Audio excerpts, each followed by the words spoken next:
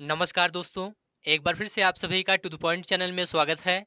दोस्तों, आज की इस क्लास में यूपी ट्रिपल एससी पेट एग्जाम के लिए प्रीवियस ईयर के पेपर का टेस्ट लेंगे। आप सभी लोग इस क्लास को पूरा ध्यान से देखिए। इस क्लास में 1 से लेकर 100 प्रश्न देखने को मिलेगा। यह दोस्तों प्रीवियस ईयर का पेपर है 2022 का। 15 अक्टूबर 2022 शिफ्ट फर्स्ट का ये पेपर है। आप लोग ध्यान से देखिए।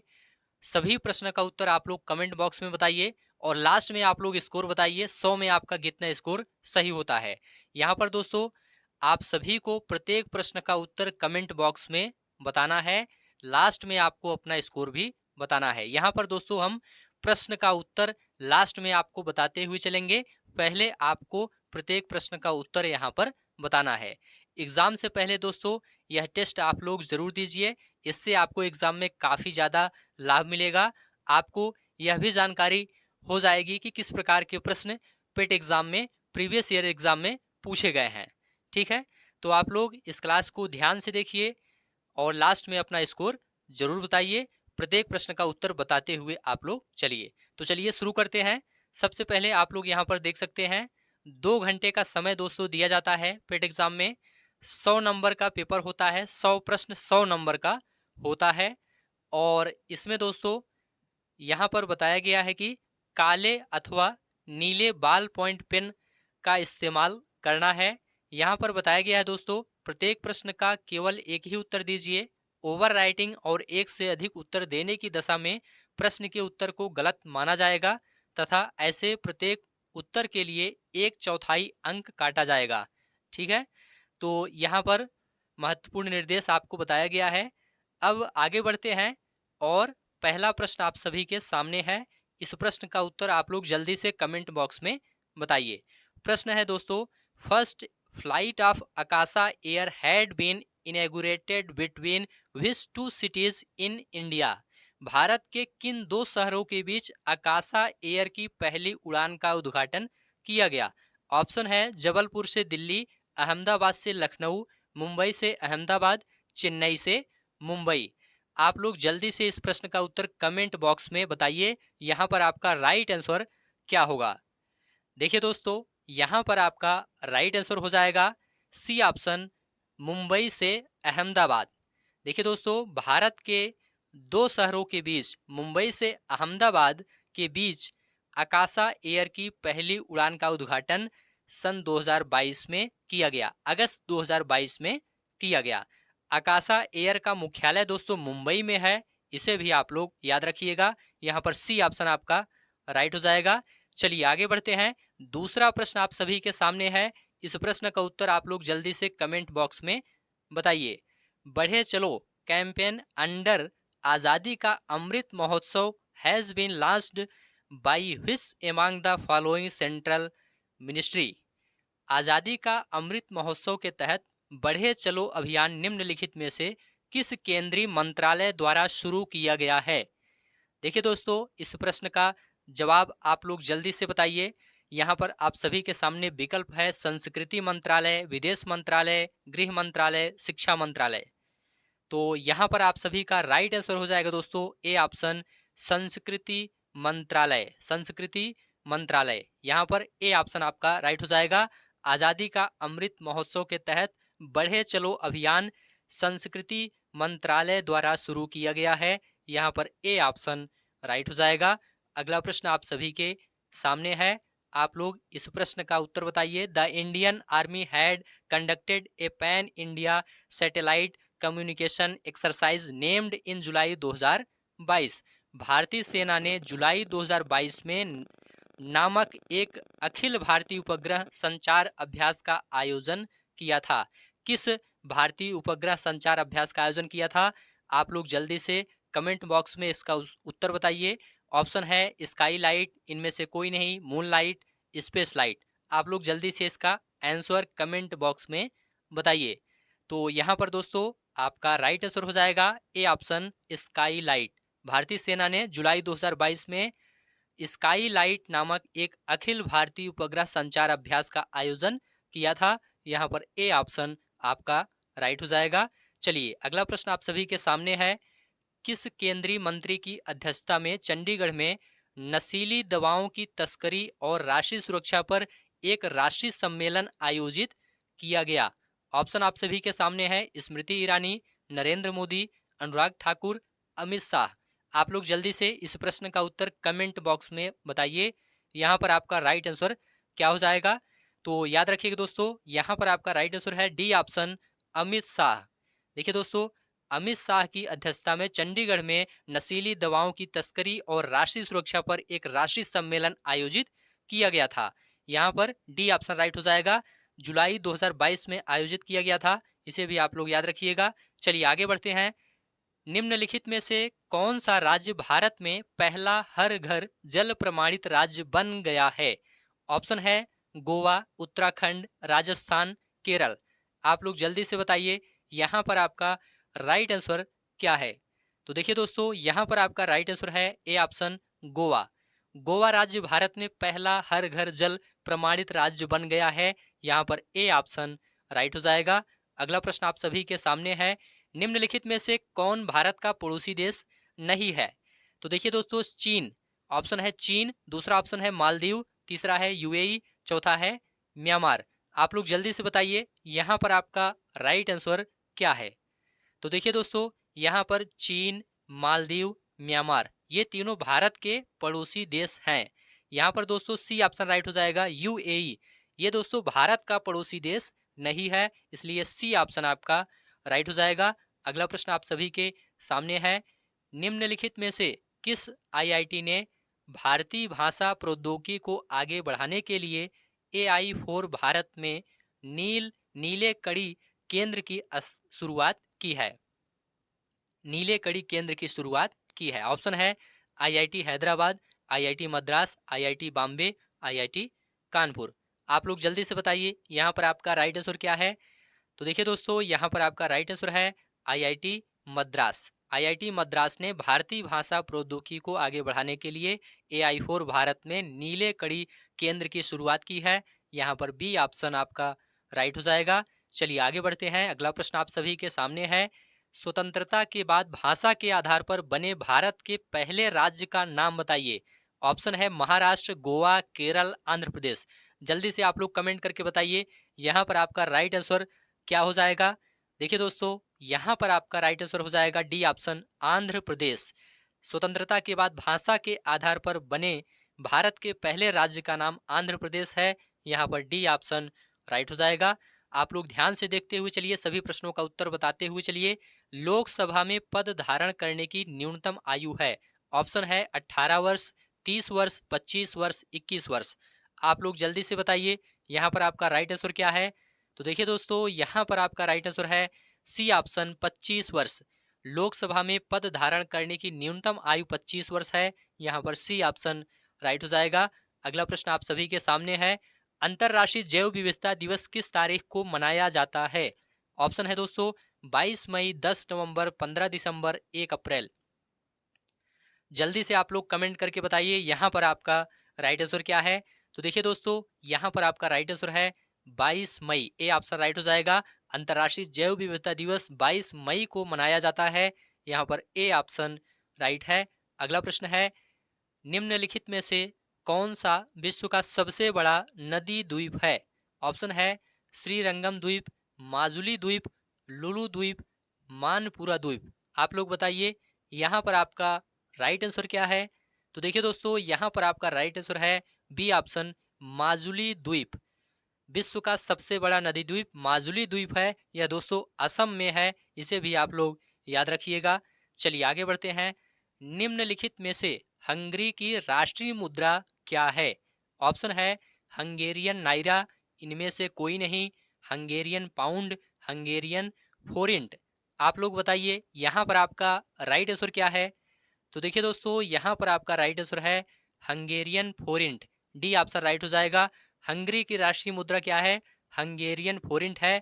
और दोस्तों, हंगरी की राजधानी बुडापेस्ट है, इसे भी आप लोग याद रखिएगा। चलिए आगे बढ़ते हैं। अगला प्रश्न आप सभी के सामने है। अंतर्राष्ट्रीय ओलंपिक समिति का मुख्यालय कहाँ पर है? ऑप्शन है स्विट्जरलैंड, इनमें से कोई नहीं, जर्मनी, यूएसए। देखिए दोस्तों, यहाँ पर आपका राइट आंसर हो जाएगा ए ऑप्शन, स्विट्जरलैंड। अंतर्राष्ट्रीय ओलंपिक समिति का मुख्यालय स्विट्जरलैंड में है। यहाँ पर दोस्तों ए ऑप्शन आपका राइट हो जाएगा। अंतर्राष्ट्रीय ओलंपिक समिति, ये दोस्तों इसकी स्थापना जो है 1894 में हुई थी। कहाँ पर? पेरिस, फ्रांस में हुई थी। इसे भी आप लोग याद रखिएगा। यहाँ पर ए ऑप्शन राइट है। निम्नलिखित में से किसने प्रसिद्ध पुस्तक पावर्स ऑफ द माइंड लिखी है? ऑप्शन है स्वामी विवेकानंद, रविन्द्रनाथ टैगोर, गुलजार, महात्मा गांधी। आप लोग जल्दी से बताइए यहाँ पर आपका राइट आंसर क्या है। तो देखिए दोस्तों, यहाँ पर आपका राइट आंसर है स्वामी विवेकानंद। प्रसिद्ध पुस्तक powers of the mind Swami Vivekananda ने लिखी है। यहाँ पर ए ऑप्शन राइट हो जाएगा। चलिए आगे बढ़ते हैं। UNFCCC का अर्थ निम्नलिखित में से क्या है? ऑप्शन आप सभी के सामने हैं। आप लोग जल्दी से कमेंट करके बताइए यहाँ पर आपका राइट आंसर क्या है। तो देखिए दोस्तों, यहाँ पर आपका राइट आंसर है United Nations framework convention on climate change. यहाँ पर दोस्तों ए ऑप्शन आपका राइट हो जाएगा। इसका मुख्यालय बान, जर्मनी में है। इसे भी आप लोग याद रखिएगा। UNFCC का मुख्यालय बान, जर्मनी में है। इसे भी आप लोग याद रखिएगा। यहाँ पर दोस्तों ए ऑप्शन आपका राइट हो जाएगा। चलिए आगे बढ़ते हैं। अगला प्रश्न आप सभी के सामने है। नौटंकी निम्नलिखित में से किस राज्य का लोक नृत्य है? ऑप्शन आप सभी के सामने है केरल, आंध्र प्रदेश, कर्नाटक, उत्तर प्रदेश। जल्दी से आप लोग बताइए यहाँ पर आपका राइट आंसर क्या है। तो देखिए दोस्तों, यहाँ पर आपका राइट आंसर है डी ऑप्शन, उत्तर प्रदेश। नौटंकी दोस्तों ये उत्तर प्रदेश राज्य का लोक नृत्य है। यहाँ पर डी ऑप्शन राइट हो जाएगा। चलिए आगे बढ़ते हैं। यहाँ पर दोस्तों अनुच्छेद दिया गया है। अनुच्छेद को पढ़कर नीचे लिखे गए प्रश्नों का उत्तर देना है। तो चलिए जल्दी से अनुच्छेद को पढ़ लेते हैं। ज्ञान राशि के संचित कोष को ही साहित्य कहा जाता है। साहित्य जहाँ समाज को प्रभावित करता है, वहीं वह समाज से प्रभावित भी होता है। व्यक्ति समाज और साहित्य दोनों की रचना करता है। साहित्य से ही हमें अपने गौरवशाली इतिहास की जानकारी मिलती है। प्रत्येक युग का साहित्य अपने युग के प्रगतिशील विचारों द्वारा किसी न किसी रूप में अवश्य प्रभावित होता है। साहित्य हमारी कौतूहल एवं जिज्ञासा प्रवृत्तियों और ज्ञान की पिपासा को तृप्त करता है। साहित्य से ही किसी राष्ट्र का इतिहास, गरिमा, संस्कृति और सभ्यता, वहाँ के पूर्वजों के विचारों एवं अनुसंधानों, प्राचीन रीति रिवाजों, रहन सहन और परंपराओं आदि की जानकारी प्राप्त होती है। किस काल में देश के किस भाग में कौन सी भाषा बोली जाती थी, उस समय की वेशभूषा क्या थी, रहन सहन कैसा था, सामाजिक और धार्मिक विचार कैसे थे, यह सब कुछ उस समय के साहित्य अध्ययन से ज्ञात होता है। साहित्य समाज का दर्पण है। इससे अभिप्राय यही है कि साहित्य समाज का न केवल चित्र प्रस्तुत करता है, अपितु समाज के प्रति वह अपना दायित्व निर्वाह भी करता है। समाज में फैली अनैतिकता, अराजकता, निरंकुशता जैसे अवांछनीय तत्वों के दुष्प्रभावों को साहित्य बड़े ही मर्म स्पर्शी रूप में हमारे समक्ष लाता है। हिंदी साहित्य की आदिकाल से लेकर आधुनिक काल तक रचित प्रायः सभी रचनाओं द्वारा तत्कालीन समाज की परिस्थिति, विचार व कार्य व्यापार की पूरी जानकारी प्राप्त होती है। यह भी सही है कि यदि साहित्य वास्तव में केवल समाज का दर्पण होता तो कब यह साहित्यकार समाज की विसंगतियों या विडंबनाओं पर प्रहार नहीं करता और उसे अपेक्षित दिशा बोध देने के लिए भी प्रयत्नशील नहीं रहता। समाज के प्रति साहित्यकार का दायित्व आशा का संचार करना, उत्साह व कर्तव्य बोध को दिशा देना आदि है। प्राचीन काल से लेकर आज तक के साहित्यकारों की यही गौरवशाली परंपरा रही है कि समाज की रूपरेखा को कल्याणकारी व सुखद मार्ग द्वारा प्रस्तुत करने से सत साहित्य का रचनाकार कभी पीछे नहीं हटता है। साहित्य में वह शक्ति है जो तोप तथा तलवारों में भी नहीं होती है। अब इस अनुच्छेद के आधार पर इस प्रश्न का उत्तर देना है। प्रश्न है दोस्तों, साहित्य अपने दायित्व का निर्वाह किस प्रकार पूरा करता है? ऑप्शन है दुष्प्रभावों को सामने लाकर, इतिहास बताकर, पूरी जानकारी देकर, दर्पण के माध्यम से। तो अनुच्छेद के आधार पर यहाँ पर आपका राइट आंसर क्या है, आप लोग जल्दी से बताइए। तो देखिए दोस्तों, यहाँ पर आपका राइट आंसर है ए ऑप्शन, दुष्प्रभावों को सामने लाकर। साहित्य अपने दायित्व का निर्वाह दुष्प्रभावों को सामने लाकर पूरा करता है। यहाँ पर दोस्तों ए ऑप्शन आपका राइट हो जाएगा। चलिए अगला प्रश्न है, साहित्य केवल समाज का दर्पण क्यों नहीं है? ऑप्शन आप सभी के सामने है, आप लोग बताइए यहाँ पर आपका राइट आंसर क्या है। तो देखिए दोस्तों, यहाँ पर आपका राइट आंसर है डी ऑप्शन, क्योंकि साहित्य द्वारा समाज की विडंबनाओं और विसंगतियों पर प्रहार करके उनमें सुधार लाने की कोशिश की जाती है। यहाँ पर दोस्तों डी ऑप्शन आपका राइट हो जाएगा। साहित्य केवल समाज का दर्पण क्यों नहीं है? इसलिए नहीं है क्योंकि साहित्य द्वारा समाज की विडंबनाओं और विसंगतियों पर प्रहार करके उनमें सुधार लाने की कोशिश की जाती है। डी ऑप्शन आपका राइट हो जाएगा। चलिए आगे बढ़ते हैं। प्रस्तुत गद्यांश का सर्वाधिक उचित शीर्षक क्या हो सकता है? ऑप्शन है समाज, साहित्य का भविष्य, साहित्य और शिक्षा, साहित्य और समाज। आप लोग बताइए यहाँ पर आपका राइट आंसर क्या है। तो देखिए दोस्तों, प्रस्तुत गद्यांश का सर्वाधिक उचित शीर्षक साहित्य और समाज हो सकता है। यहाँ पर दोस्तों डी ऑप्शन आपका बिल्कुल राइट हो जाएगा। अगला प्रश्न आप सभी के सामने है, साहित्यकार समाज के प्रति अपने उद्देश्य को कैसे परिपूर्ण करता है? ऑप्शन आप सभी के सामने है, आप लोग जल्दी से बताइए यहाँ पर आपका राइट आंसर क्या है। तो देखिए दोस्तों, साहित्यकार समाज के प्रति अपने उद्देश्य को इस प्रकार परिपूर्ण करता है कि साहित्यकार समाज में अपनी कृतियों द्वारा आशा का संचार करता है और उत्साह एवं कर्तव्यवाद का संदेश देता है। डी ऑप्शन दोस्तों आपका यहाँ पर राइट हो जाएगा। चलिए आगे बढ़ते हैं। अगला प्रश्न आप सभी के सामने है, साहित्य हमें किस तरह से पुरानी पीढ़ियों की जानकारी देता है? ऑप्शन आप सभी के सामने है, आप लोग बताइए यहाँ पर आपका राइट आंसर क्या है। तो देखिए दोस्तों, यहाँ पर आपका राइट आंसर है ए ऑप्शन, राष्ट्र का इतिहास, गरिमा, संस्कृति, सभ्यता, पूर्वजों के विचार, अनुसंधान आदि तत्कालीन साहित्य द्वारा ही जाने जा सकते हैं। साहित्य हमें किस तरह से पुरानी पीढ़ियों की जानकारी देता है? यहाँ पर ए ऑप्शन राइट हो जाएगा। राष्ट्र का इतिहास, गरिमा, संस्कृति, सभ्यता, पूर्वजों के विचार, अनुसंधान आदि तत्कालीन साहित्य द्वारा ही जाने जा सकते हैं। यहाँ पर दोस्तों ए ऑप्शन राइट हो जाएगा। चलिए आगे बढ़ते हैं। निम्नलिखित अनुच्छेद को ध्यानपूर्वक पढ़कर पूछे गए प्रश्नों के उत्तर दीजिए। यहाँ पर फिर से अनुच्छेद दिया गया है, इसके बाद प्रश्न दिया गया है। तो देखिए दोस्तों, यहाँ पर लिखा गया है, सत्य की आराधना भक्ति है और भक्ति सिर हथेली पर लेकर चलने का सौदा है, अथवा वह हरि का मार्ग है जिसमें कायरता की गुंजाइश नहीं है, जिसमें हार नाम की कोई चीज है ही नहीं, वह तो मर कर जीने का मंत्र है। सब बालक बड़े स्त्री पुरुष चलते फिरते उठते बैठते खाते पीते और खेलते कूदते सारे काम करते हुए यह रटन लगाए रहें और ऐसा करते करते निर्दोष निद्रा लिया करें तो कितना अच्छा हो। यह सत्य रूपी परमेश्वर मेरे लिए रत्न चिंतामणि सिद्ध हुआ है, हम सभी के लिए वैसा ही सिद्ध हो। सत्य और अहिंसा का मार्ग जितना सीधा है उतना ही तंग भी। अस की धार पर चलने के समान है, नट जिस डोर पर सावधानी से नजर रखकर चल सकता है, सत्य और अहिंसा की डोर उससे भी पतली है, जरा चूके की नीचे गिरे। पल पल साधना से ही उसके दर्शन होते हैं, लेकिन सत्य के संपूर्ण दर्शन तो इस देह से असंभव है, उसकी केवल कल्पना ही की जा सकती है। क्षणभंगुर देह द्वारा शाश्वत धर्म का साक्षात्कार संभव नहीं होता, अतः अंत में श्रद्धा के उपयोग की आवश्यकता तो रह ही जाती है। इसी से अहिंसा जिज्ञासु के पल्ले पड़ी। जिज्ञासु के सामने यह सवाल पैदा हुआ कि अपने मार्ग में आने वाले संकटों को सहें या उसके निमित्त जो नाश करना पड़े वह करता जाए और आगे बढ़े। उसने देखा कि नाश करते चलने पर वह आगे नहीं बढ़ता, दर का दर पर ही रह जाता है। संकट सहकर आगे तो बढ़ता है, लेकिन पहले ही नाश में उसने देखा कि जिस सत्य की उसे तलाश है वह बाहर नहीं है बल्कि भीतर है।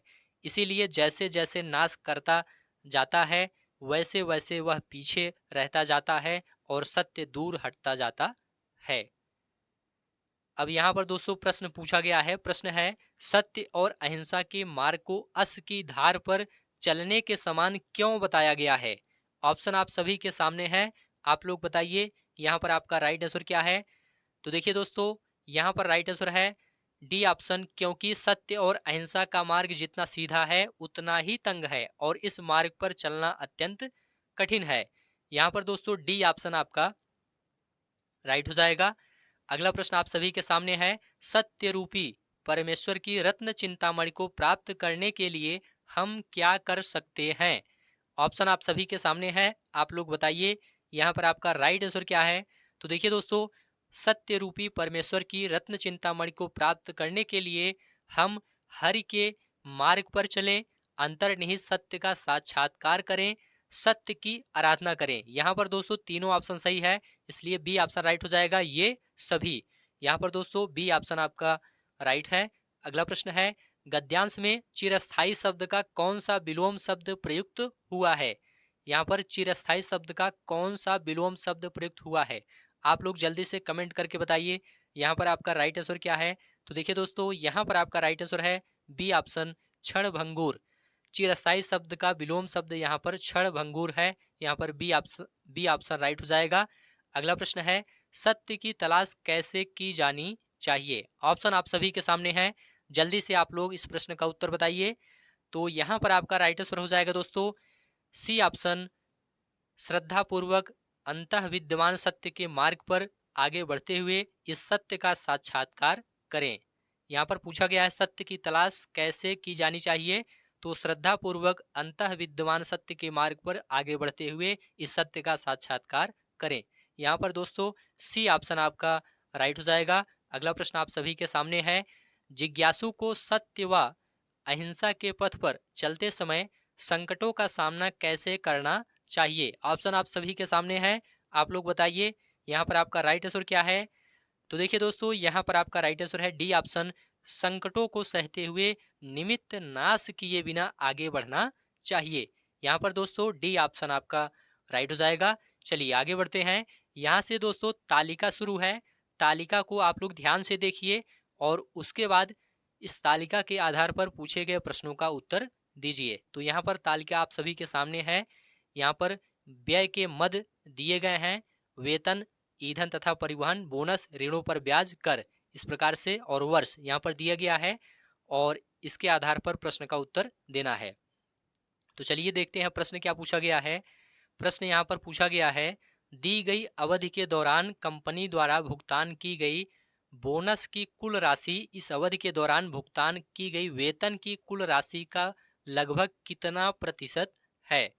यहाँ पर दोस्तों कंपनी द्वारा भुगतान की गई बोनस की कुल राशि और इस अवधि के दौरान भुगतान की गई वेतन की कुल राशि का लगभग कितना प्रतिशत है, आपको यह बताना है।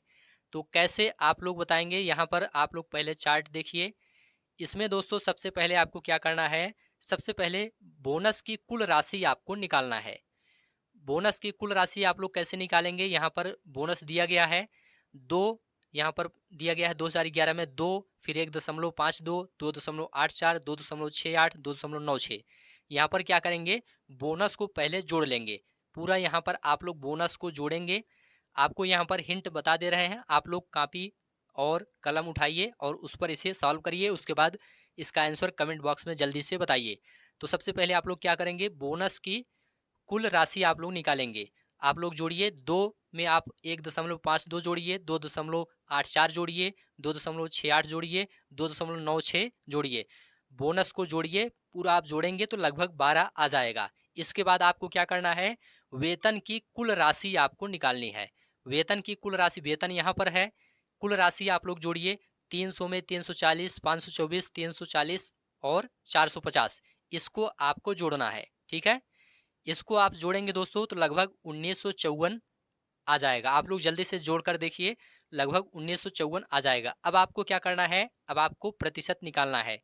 तो प्रतिशत आप लोग कैसे निकालेंगे, यहाँ पर बोनस टोटल कितना आया है, 12 आया है, तो 12 आप लोग लिखेंगे। ठीक है, इसके बाद यहाँ पर वेतन, टोटल वेतन कितना आया है, लगभग 1954 आया है, तो 1954 आप लिखेंगे और गुणे 100 कर देंगे। आप लोग इसको जल्दी से सॉल्व करिए। इसको आप लोग सॉल्व करेंगे तो आपका आंसर दोस्तों आ जाएगा, ये लगभग 0.6% के आसपास आ जाएगा। 0.614% के आसपास आएगा, लगभग 0.6। आप लोग इसको सॉल्व करिए, यहाँ पर आपका 0.6 राइट हो जाएगा। सी ऑप्शन आपका यहाँ पर राइट हो जाएगा। ठीक है, इस तरह से आपको सॉल्व करना है। यहाँ पर थोड़ा सा हिंट आपको दे दिया जा रहा है, आप लोग देख लीजिए और इसको आप लोग स्वयं सॉल्व करिए, क्योंकि इसी प्रकार के प्रश्न इस बार भी देखने को मिलेगा। 2011 में इन सभी मदों पर कुल व्यय 2015 में कुल व्यय का लगभग कितना प्रतिशत था। पूछा गया है 2011 में इन सभी मदों पर कुल व्यय 2015 में कुल व्यय का लगभग कितना प्रतिशत था। तो सबसे पहले 2011 में आप लोग कुल व्यय निकालेंगे, फिर 2015 में कुल व्यय निकालेंगे, इसके बाद आप क्या करेंगे, प्रतिशत निकालेंगे। तो चलिए यहाँ पर हम देखते हैं 2011 में क्या है। यहाँ पर आप लोग ध्यान से देखिए, 2011 में सभी पदों पर कुल व्यय, यहाँ पर सभी मदों पर कुल व्यय, तो 2011 में आप लोग यहाँ पर ध्यान से देखिए, इसमें 300 है, 300, इसके बाद क्या है 100 है, और इसके बाद क्या है 2, फिर 13.4, फिर 85। तो 2011 में सभी मदों पर कुल व्यय आपका क्या हो जाएगा, टोटल आप लोग यहाँ पर जोड़ लेंगे 300, 100, 2, 13.4, 85, इसे आप लोग जोड़ेंगे। आप लोग जल्दी से जोड़िए, ये दोस्तों लगभग 500.4 के आसपास आएगा। आप लोग जल्दी से इसे जोड़िए। और इसके बाद आपको क्या करना है, 2015 वाला देखना है। यहाँ पर आपने 2011 का देखा, इसी प्रकार से आपको 2015 का यहाँ पर जोड़ना है। 2015 में आप जोड़ेंगे 450 प्लस 152 प्लस 2.96 प्लस 39.4 प्लस 88, इसे दोस्तों आप लोग जोड़ेंगे तो ये लगभग आपका कितना आ जाएगा, 732.86 के आसपास आएगा। आप लोग इसको जोड़कर देखिए। और इसके बाद आप क्या करेंगे, प्रतिशत आप लोग निकालेंगे। प्रतिशत कैसे निकालेंगे, तो यहाँ पर आपका 2011 में टोटल योग कितना आया है, ये लगभग 500 के आसपास आया है, 500.4 के आसपास आया है, इसको लिखेंगे। और बटा 2015 में आप देखेंगे कितना आया है, 732.36 के आसपास आया है। ठीक है, 732.86 या 36 आप लोग जोड़कर देख लीजिए, 732 कुछ आया है। उसके बाद क्या करेंगे, यहाँ पर गुणे 100 कर देंगे। ठीक है, इसके बाद आप लोग सॉल्व करेंगे तो यहाँ पर आपका 68.33% आंसर आ जाएगा। आप लोग इसको कॉपी में जल्दी सॉल्व करिए। ठीक है, यहाँ पर आपको केवल हिंट दे दिया जा रहा है, बाकी आप लोग इसको सॉल्व कर सकते हैं आसानी से। ठीक है, तरीका आपको बता दिया जा रहा है कैसे आपको यहाँ पर उत्तर निकालना है। तो यहाँ पर आंसर आपका क्या हो जाएगा, यहाँ पर आंसर आपका हो जाएगा 68.33%। यहाँ पर 28 में आपका क्या हो जाएगा, 68.33% आपका यहाँ पर आंसर हो जाएगा। चलिए आगे बढ़ते हैं। इस अवधि के दौरान कंपनी को प्रतिवर्ष ब्याज की औसत राशि कितनी चुकानी पड़ी। इस अवधि के दौरान कंपनी को प्रतिवर्ष ब्याज की औसत राशि कितनी चुकानी पड़ी। तो यहाँ पर आपको क्या करना है, दी गई अवधि के लिए ब्याज की औसत राशि निकालना पड़ेगा। तो औसत राशि आप कैसे निकालेंगे, चलिए यहाँ पर तालिका में चलते हैं। दी गई अवधि के लिए ब्याज की औसत राशि, तो यहाँ पर आप लोग देखेंगे ब्याज की औसत राशि आपको निकालना है। तो यहाँ पर 13.4 और 22.5, 31.6, 26.4, 39.4, इसे क्या करेंगे, जोड़ेंगे, क्योंकि औसत बराबर क्या होता है, कुल संख्याओं का योग बटे कुल संख्या। ठीक है, तो यहाँ पर संख्या कितनी है, 1, 2, 3, 4, 5, 5 से आप लोग क्या करेंगे, इसमें भाग करेंगे, टोटल जोड़िए और क्या करेंगे 5 से भाग करिए। तो 5 से भाग करेंगे तो कितना आंसर आएगा, टोटल आप जोड़ेंगे दोस्तों तो लगभग ये 133.3 के आसपास आएगा। और इसमें आपको 5 से भाग करना है, 5 से आप लोग भाग करेंगे तो 26.66 आपका आंसर आ जाएगा। ठीक है, तो यहाँ पर आपका 26.66 लाख रुपए आपका आंसर हो जाएगा। डी ऑप्शन आपका राइट है। तो इस प्रकार से प्रश्न को सॉल्व करना है, बहुत ही आसानी से आप सॉल्व कर सकते हैं। बस आप ध्यान से देखते हुए चलिए और जो यहाँ पर तरीका बताया जा रहा है उसके अनुसार आप लोग सॉल्व करिए, बहुत ही आसानी से आप सॉल्व कर लेंगे। आप अपने पास एक कलम और कॉपी जरूर रखिए, क्योंकि यहाँ पर कैलकुलेशन करना है, जोड़ना है, घटाना है, प्रतिशत निकालना है, तो इसके लिए आपको कलम और कॉपी अपने पास रखना है। यहाँ पर हम केवल आपको एक तरीका बता दे रहे हैं कैसे आपको सॉल्व करना है। ठीक है, थोड़ा सा हिंट आपको दे रहे हैं बस। चलिए अगला प्रश्न है, सभी वर्षों के लिए करों पर कुल व्यय और सभी वर्षों के लिए ईंधन और परिवहन पर कुल व्यय के बीच का अनुपात क्रमशः लगभग कितना है।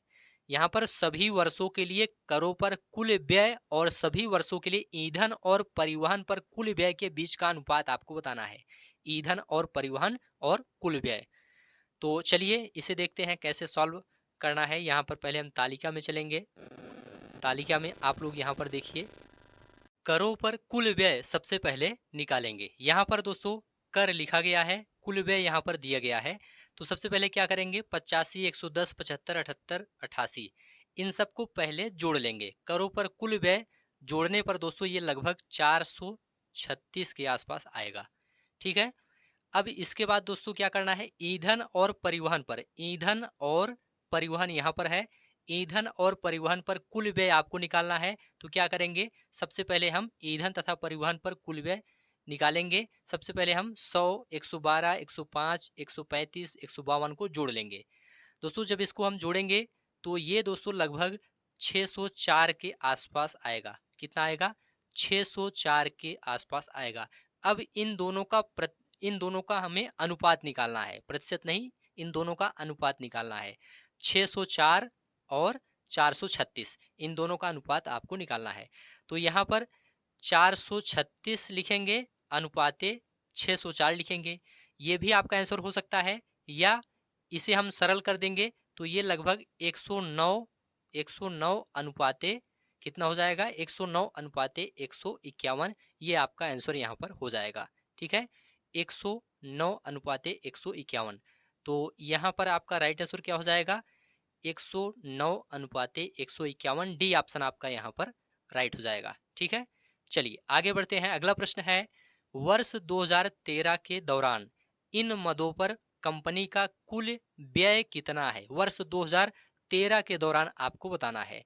तो चलिए यहाँ पर हम देखेंगे वर्ष 2013 के दौरान, वर्ष 2013 के दौरान कंपनी का कुल व्यय। तो यहाँ पर आप लोग देखिए 2013 यहाँ पर दिया गया है, तो कुल व्यय आपको यहाँ पर निकालना है। तो कैसे निकालेंगे, 524 plus 105 plus 2.84 plus 31.6 plus 75, total यहाँ पर हम क्या करेंगे, जोड़ लेंगे। टोटल जोड़ेंगे दोस्तों तो 738 आ जाएगा, 738.44 आपका यहाँ पर आंसर हो जाएगा। यहाँ पर केवल जोड़ना है 2013 के दौरान, तो यहाँ पर आपका आंसर क्या हो जाएगा, 738.44 लाख रुपए आंसर हो जाएगा। सी ऑप्शन दोस्तों आपका यहाँ पर राइट हो जाएगा। तो इस प्रकार से आपको हल करना है। यहाँ पर एक व्यक्ति ने एक दिन में 5 कारें खरीदी और 10 दिनों के लिए किराए पर रखी। तालिका को पढ़ें और प्रश्नों के उत्तर ध्यान पूर्वक दें। तो चलिए सबसे पहले तालिका को ध्यान से देखते हैं, उसके बाद इस पर आधारित प्रश्न को देखते हैं। यहाँ पर दोस्तों कार का माइलेज, प्रतिदिन उपयोग हुए डीजल की औसत मात्रा, 10 दिनों के दौरान कुल दूरी तय करने में लगा कुल समय दिया गया है। प्रत्येक कार का नाम भी यहाँ पर दिया गया है। चलिए इस पर आधारित प्रश्न को देखते हैं। प्रश्न यहाँ पर लिखा गया है, आल्टो और क्विड दिए गए 10 दिनों के दौरान अपनी औसत गति की समान गति से एक दूसरे की ओर यात्रा कर रहे हैं। मिलने के बाद वे एक दूसरे के शुरुआती बिंदु की ओर यात्रा करते हैं। यदि शुरू में दोनों कारों के बीच की दूरी 2300 किलोमीटर है तो आल्टो और क्विड द्वारा एक दूसरे से मिलने के बाद अपने गंतव्य तक पहुंचने में लगने वाले समय का अंतर ज्ञात कीजिए। आल्टो और क्विड द्वारा एक दूसरे से मिलने के बाद अपने गंतव्य तक पहुंचने में लगने वाले समय का अंतर ज्ञात करना है। ठीक है, आल्टो और क्विड का। तो चलिए यहाँ पर हम तालिका में ध्यान से देखते हैं। यहाँ पर दोस्तों सबसे पहले क्या करेंगे, आल्टो यहाँ पर लिखा गया है, आल्टो की चाल पहले निकालेंगे। यहाँ पर 25 किलोमीटर प्रति लीटर लिखा गया है और औसत मात्रा 10 लीटर है, समय यहाँ पर 50 घंटे है। तो आल्टो की चाल कैसे निकलेगी, लिखेंगे हम 25 गुणे 10 लीटर यहाँ पर दिया गया है तो 10 लिखेंगे।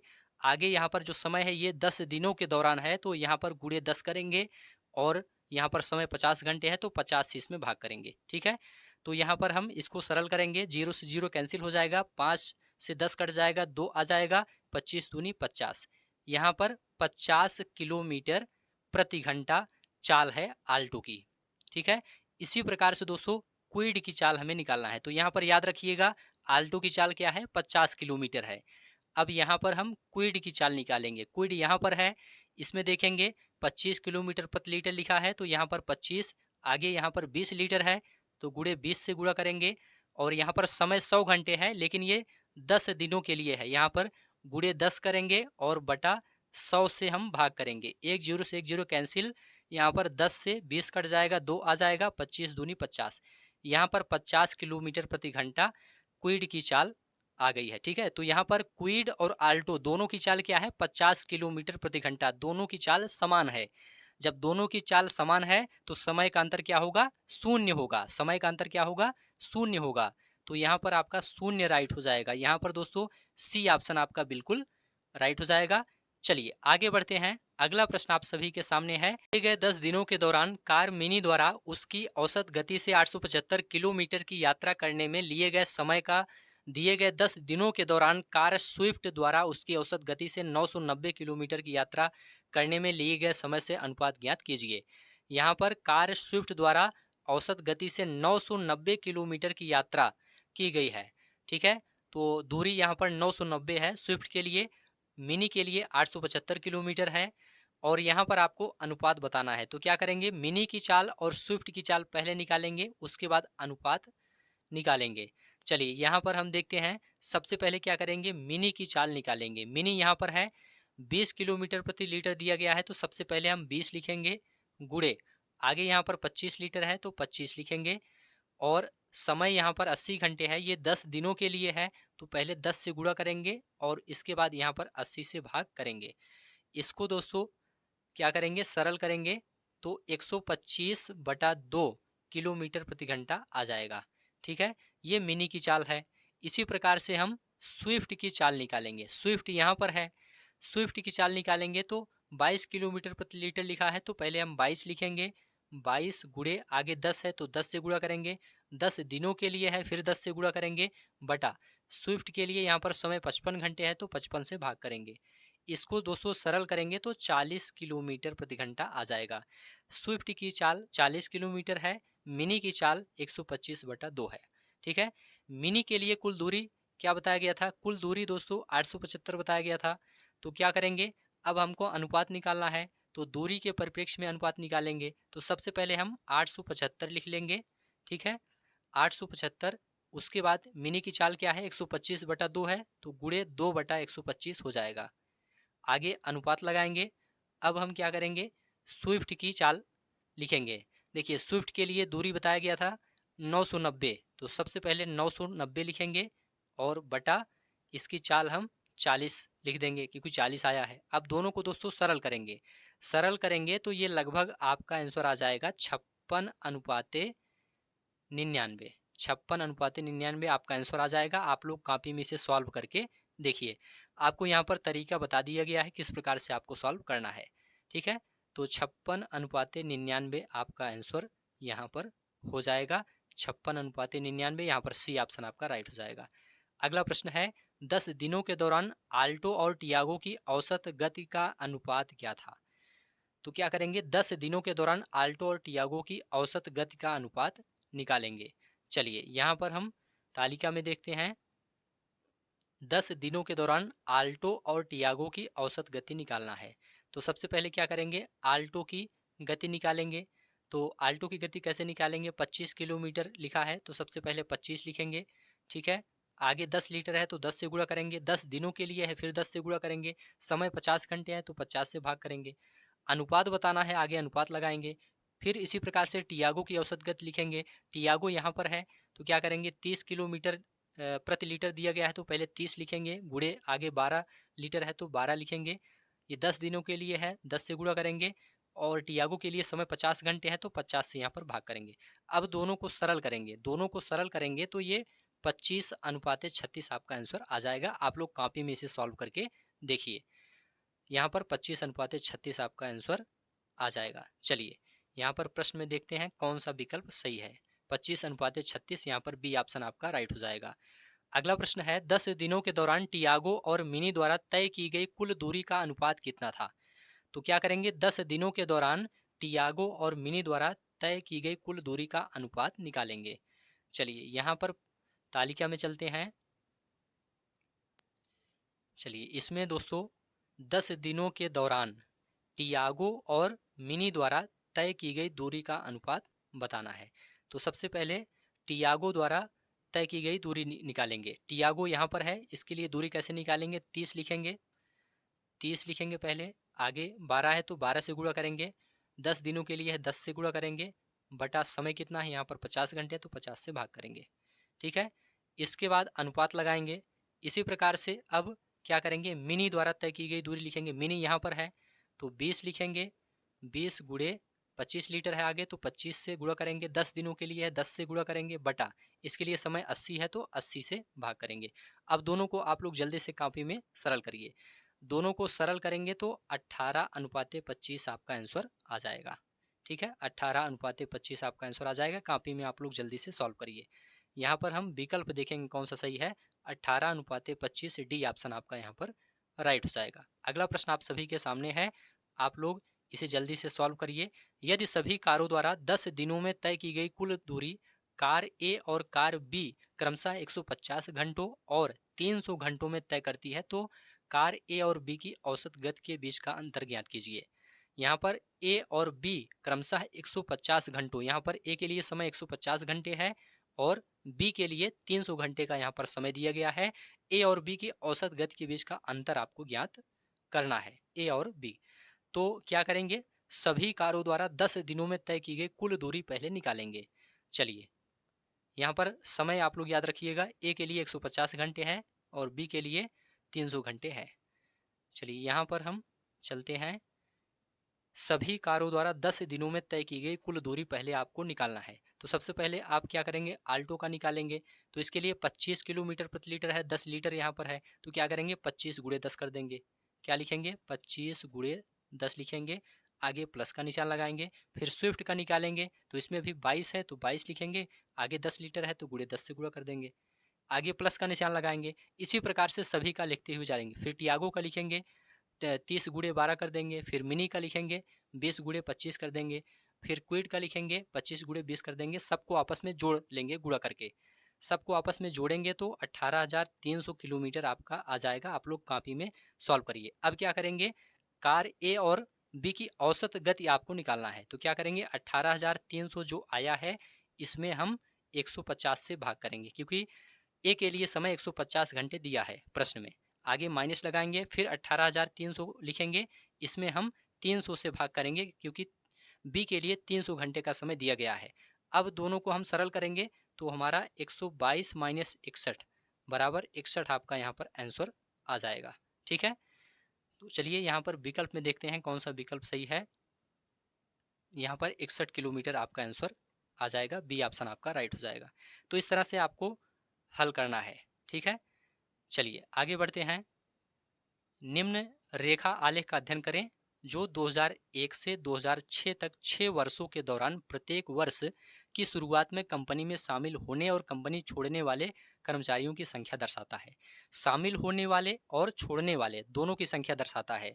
चलिए यहाँ पर आप लोग देख सकते हैं, यहाँ पर आप लोग ध्यान से देखिए, 2000 में कर्मचारियों की प्रारंभिक संख्या 5000 है। यहाँ पर जो ये पतली रेखा है इसका मतलब ये है कंपनी में शामिल होने वाले कर्मचारियों की संख्या। यहाँ ऊपर वाली जो लाइन है 500, फिर 450, फिर 600, ये जो है कंपनी में शामिल होने वाले कर्मचारियों की संख्या को दर्शाता है।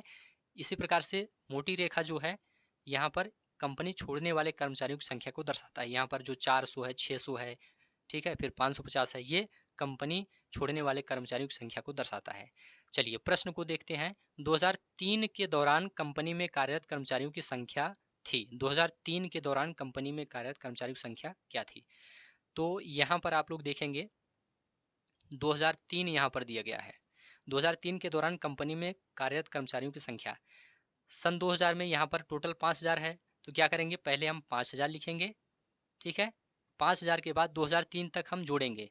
पहले क्या करेंगे, कंपनी में शामिल होने वाले कर्मचारियों की संख्या को लिखेंगे। 5000 में हम प्लस करेंगे 500, फिर प्लस करेंगे ये 450, फिर प्लस करेंगे 600। 2003 तक हम लिखेंगे। ठीक है, आगे माइनस करेंगे, ये 500, 450, 600 जो यहाँ पर लिखा गया है ये कंपनी में शामिल होने वाले कर्मचारियों की संख्या है। अब माइनस करेंगे हम कंपनी छोड़ने वाले कर्मचारियों की संख्या। छोड़ने वाले कर्मचारियों की संख्या क्या हो जाएगी, 400 है तो 400 लिखेंगे। ठीक है, फिर आगे प्लस का निशान लगाएंगे। इसके बाद यहाँ पर देखिए 600 है तो 600 लिखेंगे। ठीक है, प्लस प्लस लगाएंगे, फिर नीचे यहाँ पर आएंगे 550 है तो 550 लिखेंगे। ठीक है, अब क्या करेंगे, दोनों को सरल करेंगे। 5000 में 500, 450, 600 जोड़ेंगे पहले, तो लिखेंगे 5000। ठीक है, आप लोग कॉपी में नोट करते हुए चलिए, कॉपी में आप लोग सॉल्व करके इसका आंसर जल्दी से आप लोग बताइए। 1550 हो जाएगा, आगे माइनस इसको जोड़ेंगे तो 1550 ये भी हो जाएगा। ठीक है, तो ये लगभग आपका आंसर 5000 ही आएगा। कितना आएगा? 5000 आपका आंसर आ जाएगा। चलिए विकल्प में देखते हैं कौन सा विकल्प सही है। तो यहाँ पर आप लोग देखेंगे ए ऑप्शन आपका 5000 राइट हो जाएगा। अगला प्रश्न है 2002 से 2003 के दौरान, नहीं 2002 से 2003 तक कर्मचारियों की संख्या में लगभग कितने प्रतिशत की वृद्धि या कमी हुई है? 2002 से 2003 तक आपको देखना है। तो सबसे पहले 2002 में कर्मचारियों की संख्या पहले निकालेंगे, फिर 2003 में कर्मचारियों की संख्या निकालेंगे, उसके बाद प्रतिशत वृद्धि या फिर कमी आपको बताना है। तो चलिए सबसे पहले 2002 के लिए देखते हैं। यहाँ पर आप लोग ध्यान से देखिए, 2002 यहाँ पर लिखा गया है। 2002 में कर्मचारियों की संख्या कितनी है? तो यहाँ पर देखिए 2000 में कर्मचारियों की संख्या, प्रारंभिक संख्या यहाँ पर 5000 दिया है, तो आगे जो लिखेंगे 5000 में जोड़कर लिखेंगे। तो क्या करेंगे? 5000 पहले लिखेंगे, फिर प्लस का निशान लगाएंगे। कंपनी में शामिल होने वाले कर्मचारियों की संख्या पहले लिखेंगे, तो क्या करेंगे? यहाँ पर 500 है 500 लिखेंगे, फिर 450 है 450 लिखेंगे। ये केवल 2002 तक ही देखेंगे, तो यहीं तक हम देखेंगे। ठीक है, इसके बाद माइनस लगाएंगे, फिर यहाँ पर कंपनी छोड़ने वाले कर्मचारियों की संख्या लिखेंगे। छोड़ने वाले कर्मचारियों की संख्या 400 और 600 है, तो क्या करेंगे? 400 प्लस 600 कर देंगे। ठीक है, अब क्या हो जाएगा? यहाँ पर 5000 पहले से ही है, 5000 लिखेंगे, इसको आप सॉल्व करिए, माइनस यहाँ पर 50 हो जाएगा। क्या हो जाएगा? माइनस 50 हो गया। देखिए यहाँ पर लिखा गया है 600 400, 6 4 10, 1000 ये हो जाएगा, 5 4 9, 950 ये हो जाएगा। ठीक है, तो इसको जब हम माइनस करेंगे तो 50 ही बचेगा। तो 5000 में हम 50 माइनस करेंगे तो 4950 हो जाएगा। 4950 ये क्या है? ये 2002 में कर्मचारियों की संख्या है। अब इसी प्रकार से 2003 के लिए आपको निकालना है। 2003 यहाँ पर है, इसी प्रकार से आपको 2003 के लिए निकालना है। तो आप लोग कॉपी में इसे सॉल्व करिए। पहले क्या करेंगे? यहाँ पर 4950 है, इसमें अब हम क्या करेंगे? कंपनी में शामिल होने वाले कर्मचारियों की संख्या लिखेंगे। कब तक? 2003 तक। तो यहाँ पर सबसे पहले क्या है? 600 है। सबसे पहले हम यहाँ पर 600 लिखेंगे, यहाँ पर प्लस का चिन्ह लगाएंगे। 4950 में हम 600 यहाँ पर पहले लिखेंगे प्लस का निशान लगाकर। 600 क्यों लिखेंगे? क्योंकि 2003 के लिए यहाँ पर बताना 2002 से, तो 600 पहले यहाँ पर 600 लिखेंगे, फिर आगे माइनस 550 लिखेंगे। 550 यहाँ पर क्यों लिखेंगे? क्योंकि यहाँ पर 550 है 2003 तक। ठीक है, तो इसको आप सॉल्व करेंगे तो ये आपका लगभग ये 5000 आ जाएगा। अब यहाँ पर पहले 4950 है, फिर 5000 है, तो यहाँ पर वृद्धि हो रही है। कितने की वृद्धि हो रही है? 50 की वृद्धि हो रही है। तो प्रतिशत वृद्धि कैसे निकालेंगे? 50 बटा 4950 गुणे 100 कर देंगे। कितना लिखेंगे? चलिए यहाँ पर लिख देते हैं 50 बटा 4950 और गुणे 100। इसको आप लोग सरल करिए, आपका आंसर आ जाएगा लगभग 1% आपका आंसर आ जाएगा। कितना आएगा? 1% आपका आंसर आ जाएगा। ठीक है, तो यहाँ पर आपको हिंट दे दिया गया, इसी प्रकार से आपको सॉल्व करना है। चलिए, दी गई अवधि के दौरान किसी भी वर्ष में कंपनी में शामिल होने वाले कर्मचारियों की न्यूनतम संख्या का कंपनी छोड़ने वाले कर्मचारियों की अधिकतम संख्या से अनुपात कितना है? कर्मचारियों की न्यूनतम संख्या, कंपनी में शामिल होने वाले कर्मचारियों की न्यूनतम संख्या और छोड़ने वाले कर्मचारियों की अधिकतम संख्या से अनुपात आपको बताना है। चलिए यहाँ पर हम देखते हैं न्यूनतम संख्या और अधिकतम संख्या। कंपनी में शामिल होने वाले कर्मचारियों की न्यूनतम संख्या क्या है? 450 है, और कंपनी छोड़ने वाले कर्मचारियों की अधिकतम संख्या 650 है। अब इन दोनों का अनुपात आपको निकालना है, 450 अनुपाते 650। ठीक है, इसको हम सरल करेंगे तो यहाँ पर 9 अनुपाते 13 हो जाएगा। ठीक है, 9 अनुपाते 13 हो जाएगा, और इसको हम 9/13 भी लिख सकते हैं, ये आपका आंसर हो जाएगा। ठीक है, तो 9/13, 9/13 यहाँ पर आपका आंसर बी ऑप्शन राइट हो जाएगा, 9/13। ठीक है, चलिए अगला प्रश्न है, किस वर्ष में पिछले वर्ष की तुलना में कंपनी छोड़ने वाले कर्मचारियों की संख्या में प्रतिशत वृद्धि या कमी अधिकतम है? ऑप्शन है 2001, 2004, 2003, 2002। तो यहाँ पर आपको बताना है पिछले वर्ष की तुलना में कंपनी छोड़ने वाले कर्मचारियों की संख्या में प्रतिशत वृद्धि या कमी अधिकतम है। चलिए यहाँ पर आप लोग देखेंगे तो यहाँ पर वर्ष 2002 में कंपनी छोड़ने वाले कर्मचारियों की संख्या यहाँ पर अधिकतम है। यहाँ पर ये वाली लाइन आप लोग देखेंगे, 4 से सीधा 200 का अंतर है, 400 से 200 का अंतर यहाँ पर है, और किसी में इतना अंतर नहीं है कंपनी छोड़ने वाले कर्मचारियों की संख्या में। आप लोग यहाँ पर देख सकते हैं। तो यहाँ पर 2002 आपका बिल्कुल राइट हो जाएगा। चलिए यहाँ पर हम देखते हैं 2002, डी ऑप्शन आपका राइट हो जाएगा। 2002 में पिछले वर्ष की तुलना में कंपनी छोड़ने वाले कर्मचारियों की संख्या में प्रतिशत वृद्धि अधिकतम है। यहाँ पर डी ऑप्शन आपका बिल्कुल राइट हो जाएगा। अगला प्रश्न है, दंड आलेख का अध्ययन करें और उस पर आधारित प्रश्नों के उत्तर दें। यहाँ पर दंड आलेख दिया गया है। 2015 और 2016 का औसत उत्पादन निम्न में से किस वर्षों के युग्म के औसत उत्पादन के बिल्कुल बराबर था। तो यहाँ पर आपको कैसे सॉल्व करना है, यहाँ पर आपको हम हिंट थोड़ा सा दे देते हैं, आप लोग इसको कॉपी में अपने सॉल्व कर लीजिएगा। यहाँ पर कह रहा है 2015 और 2016 का औसत उत्पादन। तो सबसे पहले 2015 और 2016 का आपको औसत उत्पादन निकालना है। फिर कह रहा है कि किस वर्षों के युग्म के औसत उत्पादन बिल्कुल बराबर था। तो यहाँ पर क्या करेंगे, आप चारों का यहाँ पर 2016-17, 2014-16, 2012-17, 2014-15 दोनों सभी का जो है चारों विकल्पों का, दोनों युग्मों का आप क्या करेंगे, औसत निकालेंगे। औसत आप लोग निकालेंगे और यहाँ पर कह रहा है कि किस वर्षों के युग्म के औसत उत्पादन बिल्कुल बराबर था। तो यहाँ पर आप देखेंगे 2012 और 2017 के औसत उत्पादन के बिल्कुल बराबर था। औसत उत्पादन 2015 और 2016 का जो औसत उत्पादन है उसके बराबर औसत उत्पादन आएगा जब आप निकालेंगे 2012 और 2017 का। ठीक है, तो इसको आप लोग कॉपी में सॉल्व करिएगा, औसत आप लोग आसानी से निकाल सकते हैं। अगला प्रश्न है, 2011 की तुलना में 2018 में खिलौनों के उत्पादन में लगभग प्रतिशत वृद्धि कितनी थी। 2011 की तुलना में 2018 में खिलौनों के उत्पादन में लगभग प्रतिशत वृद्धि कितनी थी। तो यहाँ पर प्रतिशत वृद्धि आपको निकालना है। प्रतिशत वृद्धि 2011 की तुलना में 2018 में खिलौनों के उत्पादन में, 2011 और 18 आप लोग देखिए, 2011 यहाँ पर है, 2018 यहाँ पर है। तो प्रतिशत वृद्धि आप निकालेंगे तो कितना हो जाएगा, यहाँ पर आप लोग देखेंगे 2018 में ये लगभग कितना है, 95 है, 95 लिखेंगे। और 2011 में आप देखेंगे तो ये 40 है। तो 95 माइनस 40 अपान यहाँ पर 40 कर देंगे। प्रतिशत आपको निकालना है, 40 गुणे 100 कर देंगे। ठीक है, इसको सॉल्व करेंगे तो 55/40 गुणे 100, इसी तरह से आपको सॉल्व करना है। इस तरह से आप सॉल्व करेंगे तो लगभग आपका 137.5% आपका आंसर आ जाएगा। 137.5% आपका आंसर आ जाएगा। ठीक है, चलिए आगे बढ़ते हैं। यहाँ पर 137.5% आपका प्रतिशत आ जाएगा।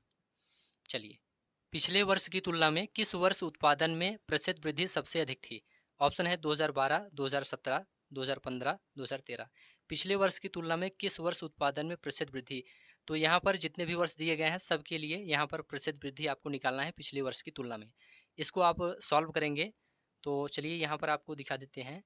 यहाँ पर आप सॉल्व करेंगे तो यहाँ पर 2017 में आप देखेंगे पिछले वर्ष की तुलना में उत्पादन में सर्वाधिक वृद्धि हुई है 2017 में। यहाँ पर आप लोग सॉल्व करेंगे तो आपका आंसर आ जाएगा 2017 में पिछले वर्ष की तुलना में उत्पादन में प्रतिशत वृद्धि सर्वाधिक है। तो यहाँ पर आपका बी ऑप्शन बिल्कुल राइट हो जाएगा।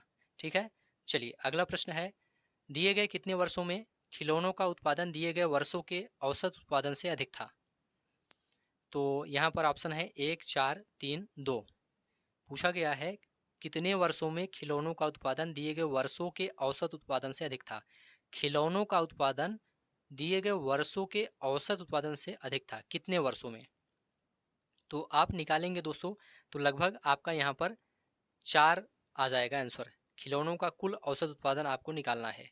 ठीक है, यहाँ पर आप लोग देखेंगे खिलौनों का कुल औसत उत्पादन आपको निकालना है। तो यहाँ पर आप लोग 2011 से शुरू करेंगे, 40 plus 55 plus 75 plus 60 plus 80 plus 65, इस तरह से आपको करना है, प्लस 90 प्लस 95 और बटा 8 से आपको भाग करना है। 1, 2, 3, 4, 5, 6, 7, 8, 8 से आपको भाग करना है पूरा जोड़कर।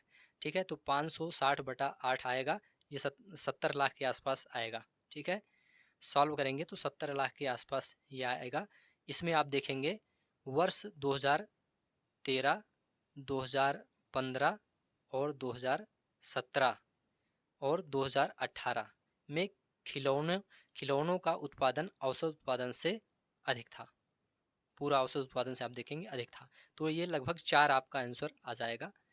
यहाँ पर आपका 4 आपका आंसर आ जाएगा। ठीक है, चलिए 2013 से 2014 तक खिलौनों के उत्पादन में लगभग प्रतिशत गिरावट कितनी थी? प्रतिशत गिरावट आपको बताना। 2013 से 2014 तक खिलौनों के उत्पादन में लगभग प्रतिशत गिरावट कितनी थी? 10%, 25%, 20% या 15%? तो यहाँ पर प्रतिशत गिरावट आपको निकालना है। चलिए यहाँ पर हम प्रतिशत गिरावट देखते हैं।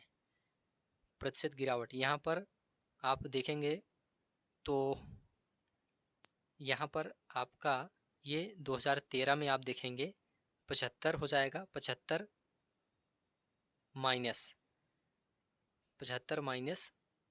2014 में देखेंगे 60 है। 75 माइनस 60 बटा 75 गुणे 100 प्रतिशत गिरावट आपको देखना है। इसको सॉल्व करेंगे तो ये दोस्तों आपका लगभग 20% के आसपास आएगा। 20% के आसपास आएगा। तो यहाँ पर आप लोग प्रश्न में चलिए 2013 से 2014 के लिए बोला गया था खिलौनों के उत्पादन में लगभग प्रतिशत गिरावट कितनी थी? तो लगभग 20% आपका आंसर यहाँ पर आया है। ठीक है, चलिए आगे बढ़ते हैं। निम्नलिखित में से किस स्थान पर प्रथम बौद्ध संगीत का आयोजन किया गया था? तो प्रथम बौद्ध संगीत का आयोजन दोस्तों राजगीर में किया गया था। यहाँ पर सी ऑप्शन आपका राइट हो जाएगा। आप लोग इसका आंसर फटाफट कमेंट बॉक्स में बताते हुए चलिए। देखिए दोस्तों, प्रथम बौद्ध संगीत का आयोजन कहाँ किया गया था? राजगीर में किया गया था 483 ईसा पूर्व में। इसके बाद दूसरा बौद्ध संगीत का आयोजन कहाँ हुआ था? वैशाली में हुआ था, याद रखिएगा, 383 ईसा पूर्व में। तीसरा दोस्तों पाटलिपुत्र में हुआ था। और चौथा कहाँ पर हुआ था? कुंडलवन में हुआ था। चलिए निम्नलिखित में से कौन वह व्यक्ति है जिनका नाम देव नाम पियदस्सी भी था? तो इसका जवाब है दोस्तों ए ऑप्शन मौर्य सम्राट अशोक। इनका नाम देव नाम पियदस्सी भी था। यहाँ पर ए ऑप्शन आपका राइट हो जाएगा।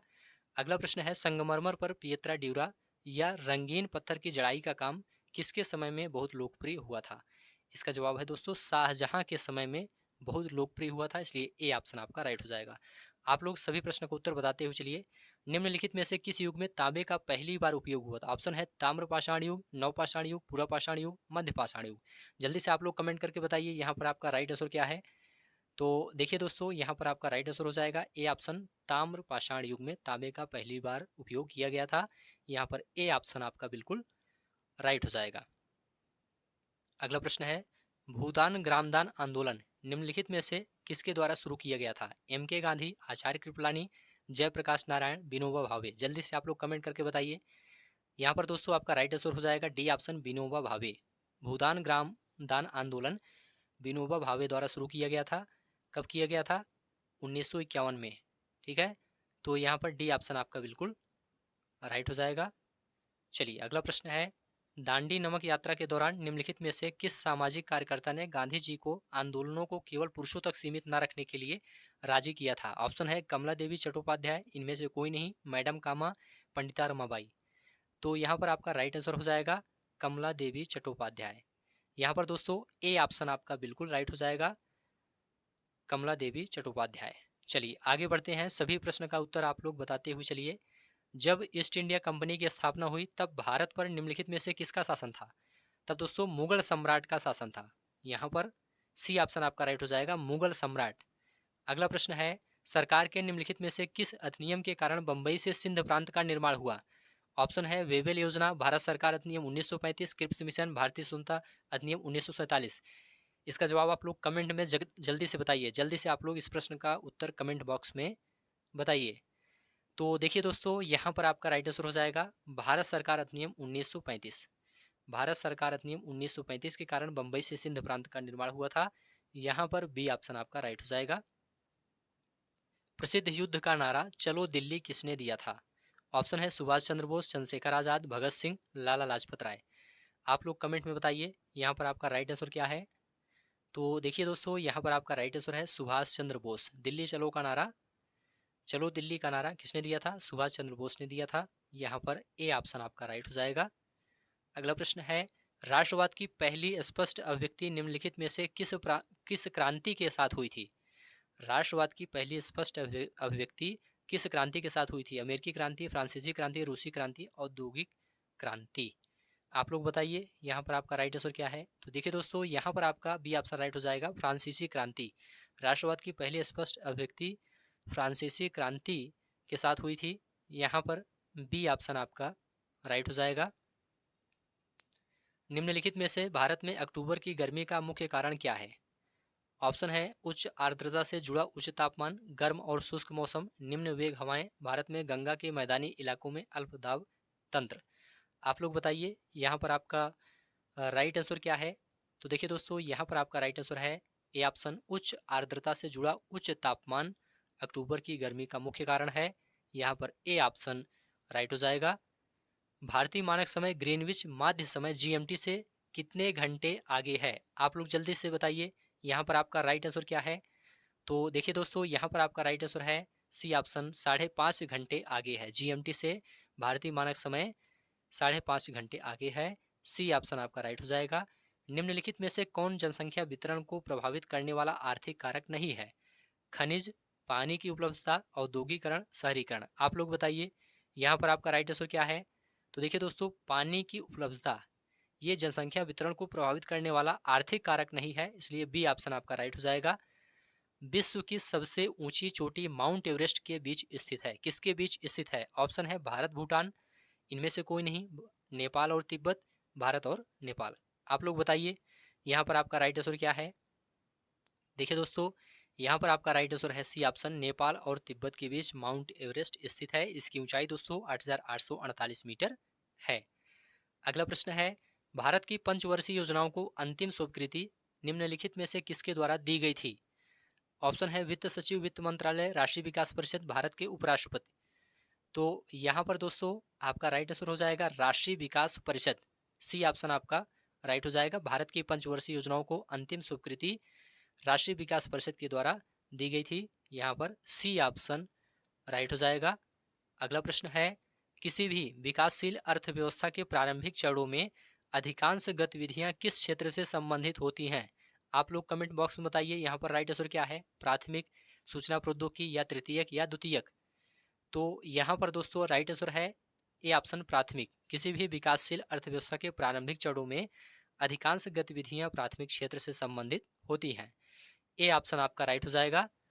अगला प्रश्न है, निम्नलिखित में से कौन सा हरित क्रांति की रणनीति का हिस्सा था? ऑप्शन आप सभी के सामने है, आप लोग जल्दी से कमेंट बॉक्स में बताइए यहाँ पर आपका राइट आंसर क्या है? तो देखिए दोस्तों, हरित क्रांति की रणनीति का हिस्सा उच्च उपज देने वाली किस्मों के बीज, सिंचाई, रासायनिक उर्वरक और पीड़कनाशी, ये सभी थे। यहाँ पर बी ऑप्शन राइट हो जाएगा, यह सभी। चलिए आगे बढ़ते हैं। निम्नलिखित में से किस नदी को बिहार का शोक कहा जाता है? आप लोग जल्दी से बताइए यहाँ पर आपका राइट आंसर क्या है? तो देखिए दोस्तों, यहाँ पर आपका राइट आंसर हो जाएगा बी ऑप्शन, कोसी। कोसी नदी को बिहार का शोक कहा जाता है। बी ऑप्शन आपका राइट हो जाएगा। अगला प्रश्न है, निम्नलिखित में से कौन सा सार्वजनिक क्षेत्र का उपक्रम संसद के तहत एक विशेष कानून पारित करके स्थापित किया गया है? आप लोग जल्दी से बताइए यहाँ पर आपका राइट आंसर क्या है? ऑप्शन आप सभी के सामने है। तो यहाँ पर राइट आंसर है दोस्तों ए ऑप्शन, वैधानिक निगम। यहाँ पर वैधानिक निगम सार्वजनिक क्षेत्र का उपक्रम संसद के तहत एक विशेष कानून पारित करके स्थापित किया गया है। तो यहाँ पर ए ऑप्शन आपका राइट हो जाएगा, वैधानिक निगम। चलिए आगे बढ़ते हैं। भारत की संघ कार्यकारिणी में निम्नलिखित में से कौन शामिल नहीं है? राष्ट्रपति, राज्यों के मुख्यमंत्री, प्रधानमंत्री, उपराष्ट्रपति। जल्दी से आप लोग बताइए यहाँ पर आपका राइट आंसर क्या है? तो देखिए दोस्तों, यहाँ पर आपका राइट आंसर है बी ऑप्शन, राज्यों के मुख्यमंत्री।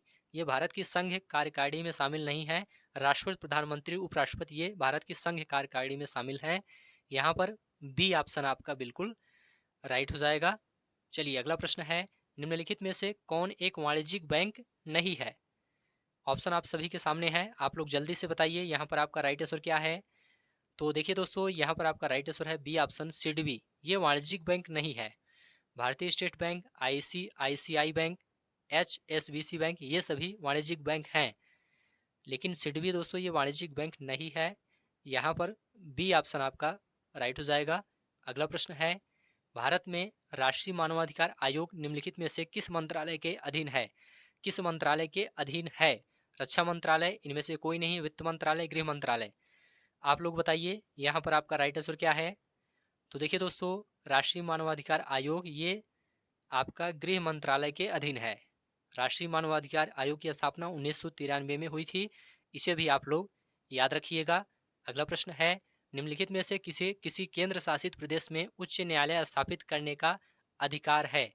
आप लोग जल्दी से बताइए कमेंट बॉक्स में, ऑप्शन आप सभी के सामने है। तो यहाँ पर दोस्तों राइट आंसर हो जाएगा ए ऑप्शन, संसद।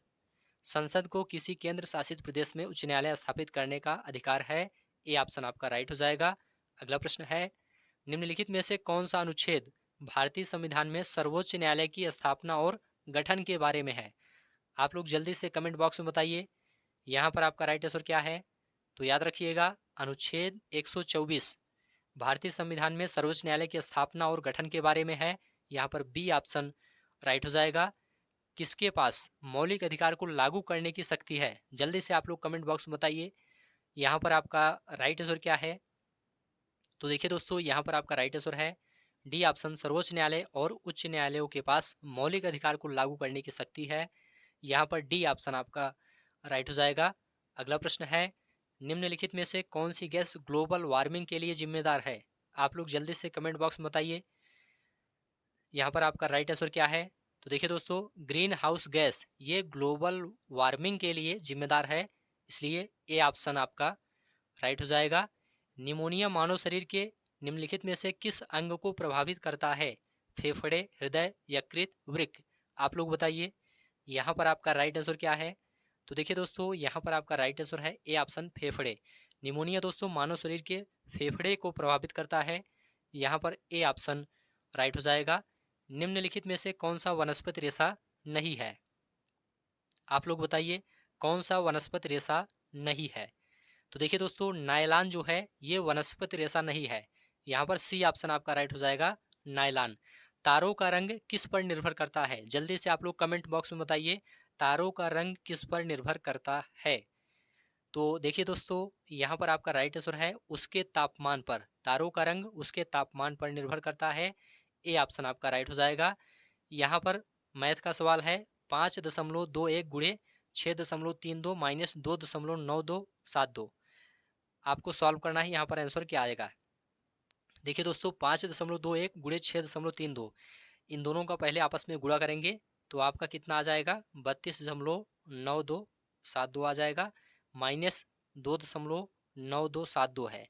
इसको आप लोग माइनस करिए, इसको आप माइनस करेंगे तो ये लगभग 30 आ जाएगा। कितना आएगा, 30 आ जाएगा।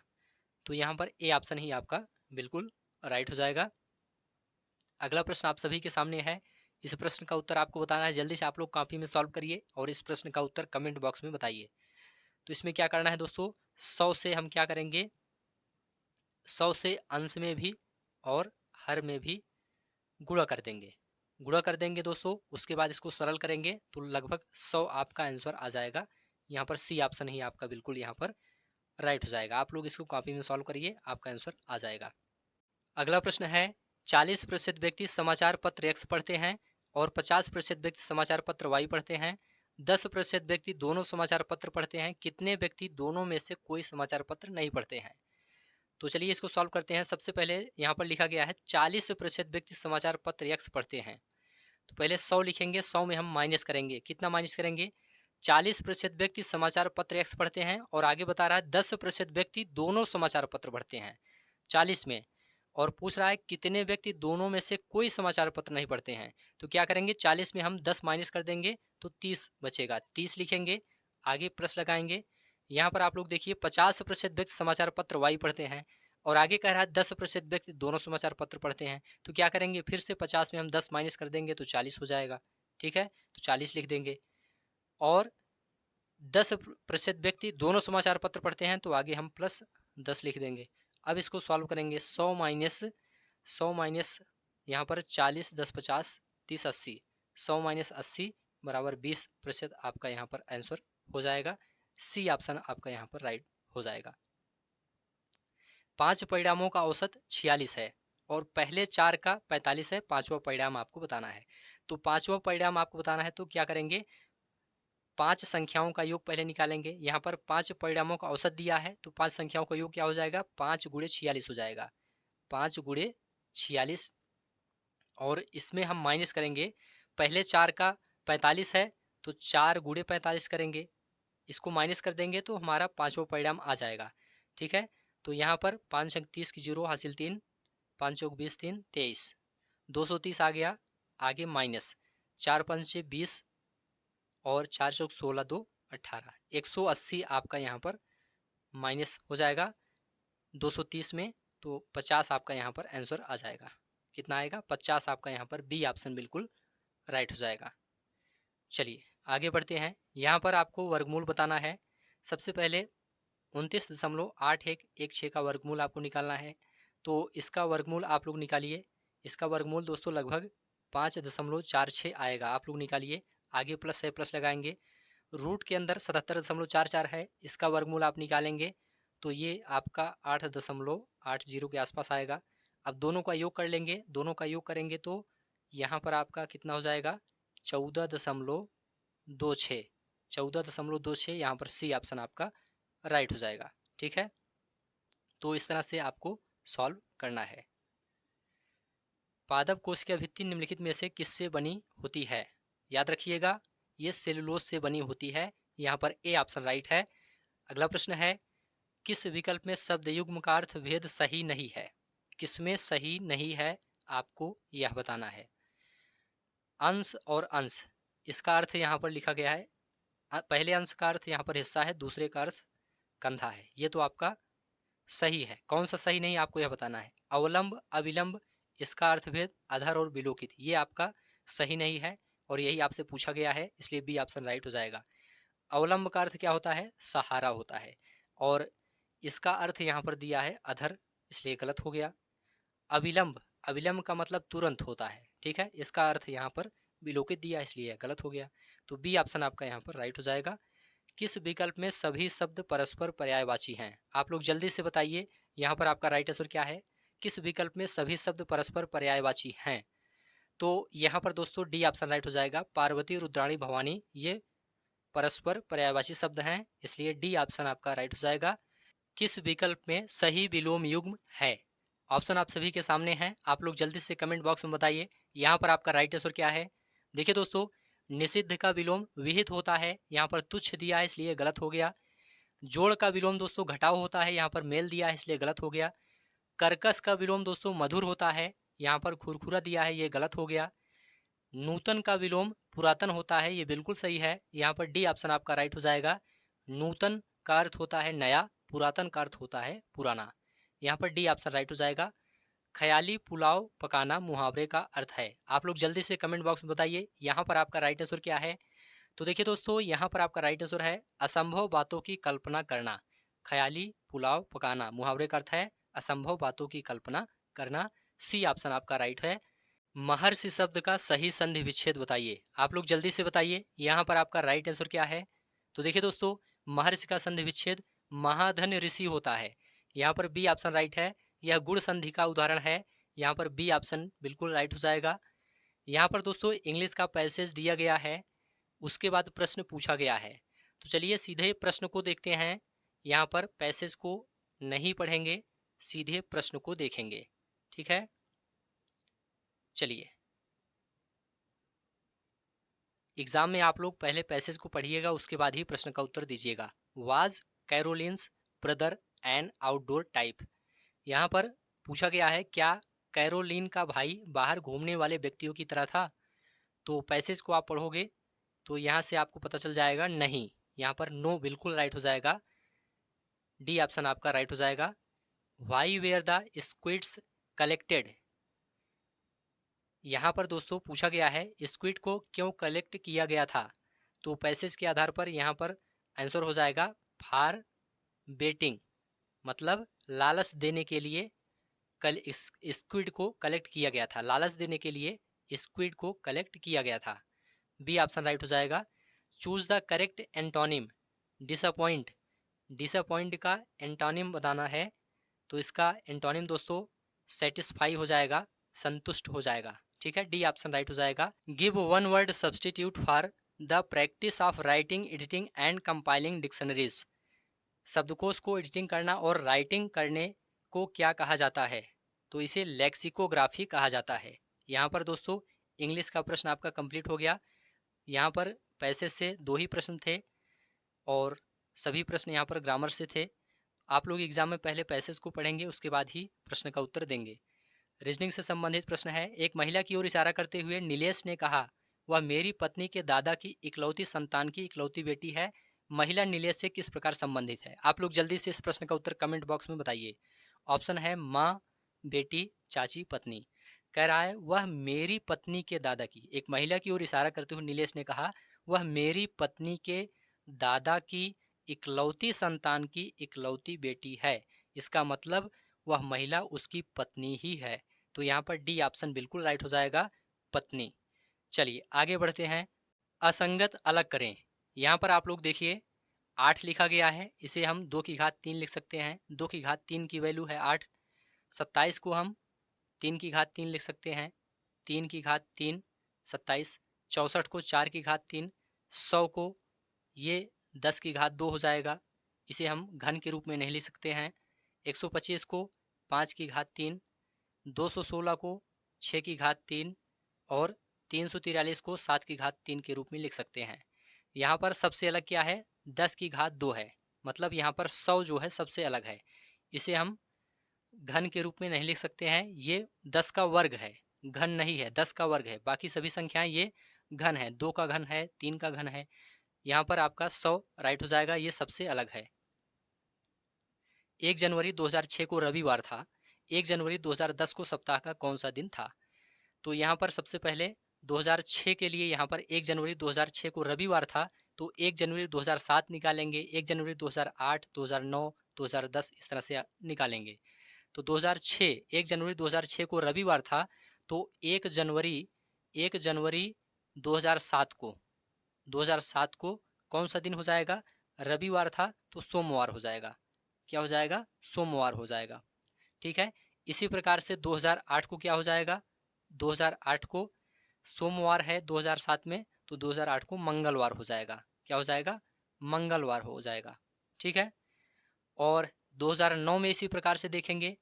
देखिए 2008 क्या है? लीप वर्ष है और 2009 साधारण वर्ष है। जब हम लीप वर्ष से सामान्य वर्ष में जाते हैं तो 2 दिनों की वृद्धि होती है। तो 2008 को मंगलवार था, तो 2009 को क्या हो जाएगा? गुरुवार हो जाएगा। क्या हो जाएगा? गुरुवार हो जाएगा, मतलब थर्सडे हो जाएगा। ठीक है, थर्सडे हो जाएगा। और 2008 में ट्यूसडे था। अब यहाँ पर 2010 के लिए पूछा गया है, 2010 में क्या हो जाएगा? तो 2010 में दोस्तों गुरुवार के बाद क्या आता है? शुक्रवार आता है, फ्राइडे आता है। तो फ्राइडे आपका हो जाएगा, शुक्रवार हो जाएगा। ध्यान रखिएगा दोस्तों, किसी सामान्य वर्ष से सामान्य वर्ष में जाने पर 1 दिन तथा लीप वर्ष से सामान्य वर्ष में जाने पर 2 दिनों की वृद्धि होती है। यहाँ पर 2008 क्या था? ये लीप वर्ष था। ठीक है, इसलिए 2009 को यहाँ पर क्या हो जाएगा? बृहस्पतिवार हो जाएगा, क्योंकि 2008 में क्या था? मंगलवार था। तो इस तरह से आप लोग निकाल सकते हैं। डी ऑप्शन आपका राइट हो जाएगा। Give synonyms for the word partial. Partial का साइनोनिम्स आपको बताना है। तो इसका साइनोनिम्स दोस्तों इनकम्प्लीट होता है। क्या होता है? इनकम्प्लीट। पार्शियल का मतलब आंशिक या अधूरा, इनकम्प्लीट का मतलब अधूरा या अपूर्ण। यदि नॉर्मल को RPN LBM के रूप में कोडित किया जाता है तो गैदर का कोड क्या होगा? तो यहाँ पर आप देखेंगे NOR दिया गया है। पहले 3 अक्षर आप लोग देखिए, R को यहाँ पर पहले लिख दिया गया, उसके बाद यहाँ पर O जो है इसमें 1 की वृद्धि करके P लिख दिया गया, +1 की वृद्धि, और यहाँ पर जो पहले n था यहाँ पर इसके बाद में हो गया। इसी प्रकार से MAL में देखेंगे, L पहले हो गया, A में 1 जोड़ दिया गया, B हो गया, M लास्ट में हो गया। इसी प्रकार से आप गैदर का भी देखेंगे, GAT पहले T को हम पहले लिखेंगे, ठीक है, A है, A में 1 की वृद्धि करेंगे, B हो जाएगा, G को बाद में लिख देंगे। इसी प्रकार से HER में R पहले लिख देंगे, E के बाद F 1 जोड़ देंगे और H को लास्ट में लिख देंगे। तो TBGRFH, TBGRFH, RFH, यहाँ पर डी ऑप्शन आपका बिल्कुल राइट हो जाएगा, डी ऑप्शन। चलिए आगे बढ़ते हैं। यहाँ पर दोस्तों कथन निष्कर्ष दिया गया है, सभी किताबें पेपर हैं। सभी किताबें क्या हैं? सभी किताबें क्या हैं? पेपर हैं। ठीक है। और आगे कह रहा है कि कुछ पेपर जर्नल हैं। कुछ पेपर क्या हैं? जर्नल हैं। ठीक है। और कुछ जर्नल कैलेंडर हैं। कुछ जर्नल क्या हैं? कैलेंडर हैं। अब आपको निष्कर्ष निकालना है, कुछ जर्नल किताबें हैं। कुछ जर्नल किताबें हैं, किताबें यहाँ पर हैं, तो ये गलत है, बिल्कुल नहीं निकल रहा है निष्कर्ष। कुछ कैलेंडर पेपर हैं, कुछ कैलेंडर पेपर हैं, ये भी गलत है। कुछ किताबें जर्नल हैं, किताबें यहाँ पर हैं, जर्नल यहाँ पर हैं, ये भी गलत है। कुछ किताबें कैलेंडर हैं, किताबें यहाँ पर हैं, कैलेंडर यहाँ पर हैं, ये भी गलत है। तो इनमें से कोई नहीं। यहाँ पर दोस्तों बी ऑप्शन आपका राइट हो जाएगा। ठीक है, यहाँ पर बी ऑप्शन आपका राइट हो जाएगा, इनमें से कोई नहीं। चलिए आगे बढ़ते हैं, अगला प्रश्न देखेंगे। प्रधानमंत्री नरेंद्र मोदी ने निम्नलिखित में से किस राज्य में IIBX India international bullion exchange launch किया है? आप लोग इसका आंसर कमेंट बॉक्स में बताइए। देखिए दोस्तों, यहाँ पर आपका राइट आंसर हो जाएगा सी ऑप्शन, गुजरात में। गुजरात में India international bullion exchange launch किया गया है प्रधानमंत्री नरेंद्र मोदी के द्वारा। यहाँ पर सी ऑप्शन आपका राइट हो जाएगा। अगला प्रश्न है, निम्नलिखित में से किस देश ने अगस्त 2022 में ताइवान के आसपास अपना अब तक का सबसे बड़ा सैन्य अभ्यास किया है? इसका जवाब है दोस्तों चीन। यहाँ पर बी ऑप्शन राइट है। ताइवान दोस्तों एक स्वशासित द्वीप है और इस पर चीन अपना नियंत्रण चाहता है। और याद रखिएगा दोस्तों, यूएस हाउस की स्पीकर नैन्सी पेलोसी की ताइवान यात्रा पर अगले दिन ही दोस्तों चीन के द्वारा यह अभ्यास किया गया था।